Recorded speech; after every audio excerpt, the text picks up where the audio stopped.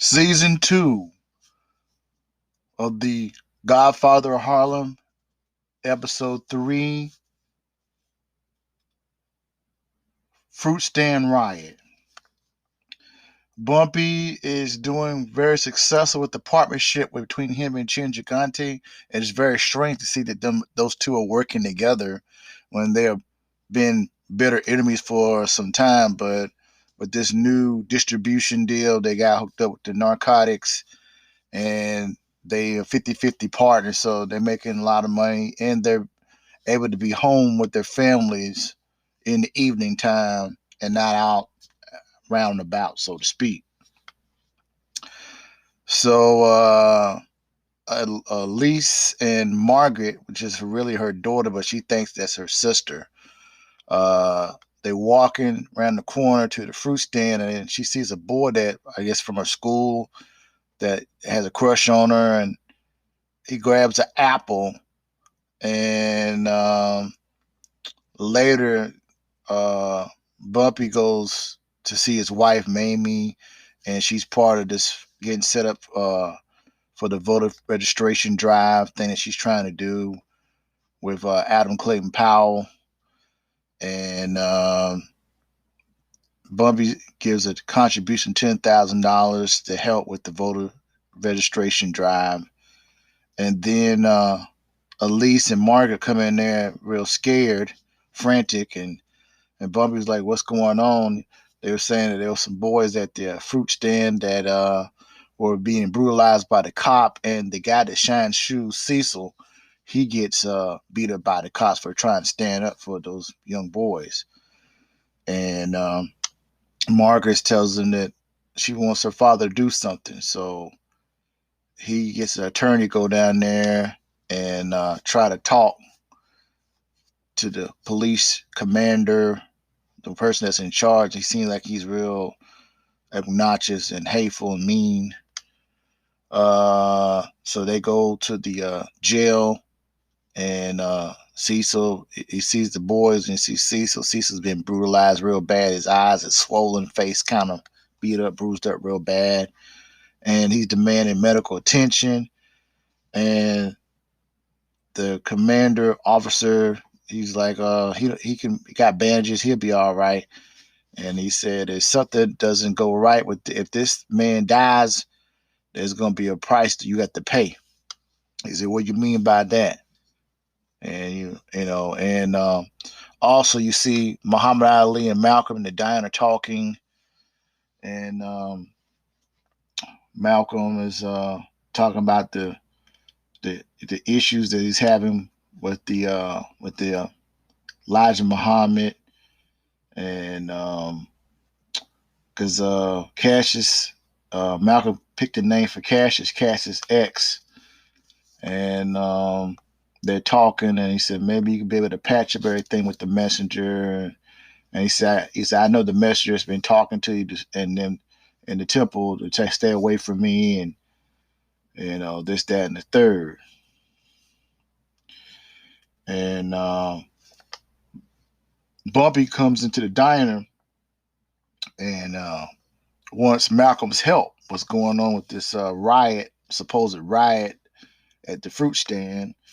And Malcolm said that he's still under suspension and he's still trying to get reinstated back, and that the Elijah Muhammad doesn't want to get involved because he's a person about peace and not about violence. He's an anti against violence, and Bubby saying that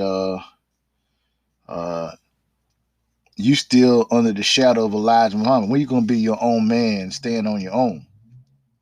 That's what Bumpy tells Malcolm, and Cassius gets his steak dinner, and Bumpy pays for it and walks out. Gigante and Bumpy are on good terms. It's kind of weird because they've been fighting each other since the first season. Now they are, and he's trying to ask him for some type of help with the police officer because the Italians have the police in their pocket. And he's like, he doesn't want to intervene and this, that, and the third. So later on, that commander talks to Gigante, and he's like, why you pressure me to do something about the situation?" He said, he said, "Oh, I see what it is. You and Bumpy got a partnership, so that's why you get me to try to do something." And he's like, I'm just have to ask Bumpy for my share of the money for me to do anything to help him." So Bumpy and Margaret are walking down the street. I guess walking to school after all the events. She was kind of traumatized from it, and the cops go on the corner and frisk Bumpy, and they found a switchblade in his pocket and saying 3 to 5, you can get 3 to 5 years. And he said, "Well, I need to get that money that I need, and I can do whatever I need to do for you." He said, "That's no problem." And the little girl was upset, and he was trying to calm his daughter down, and he went back to Gigante talking about how, you know, a black person being disrespected like that. And imagine if you was in my shoes, how you would feel somebody did that in front of your daughter and demean you like that. He didn't want to intervene or nothing, so he didn't want to do anything about it. So Bumpy found his way. So along with that, Chinjigante's daughter finds that Benny's back in town. That's the one that he paid to kill her boyfriend Teddy, and now she wants to get a gun to go and kill Benny for killing her boyfriend Teddy. And she tells Ernie about it, and she also tells Teddy's mom at the diner that she's going to do it, and she's telling that God will basically God gives the justice in the last days, whatever. That was her. She said that you shouldn't do anything, let God be the justice, whatever. And she can talks to her uncle who's a chaplain. He says the same thing to her too. So because Benny gets back in town and he's trying to sell some type of stag films or pornographic movies, porno movies, and he wants to get into business because he said Bernardo's already hooked up in the business, so why not? Sure, we get a cut of the business too. So he wants Ernie and them to work together. Ernie's not too happy with Benny being back, and so Stella gets the gun and goes to the warehouse where Benny's making the movies and pulls the gun on Benny, and he tells her to chill out, and then he pulls the gun and shoots Benny in his leg or something, and he's bleeding real bad. And Ernie comes in there, and he tells him to kill Stella. He points the gun at Stella. He's shaking, and then he pulls the gun and kills Benny.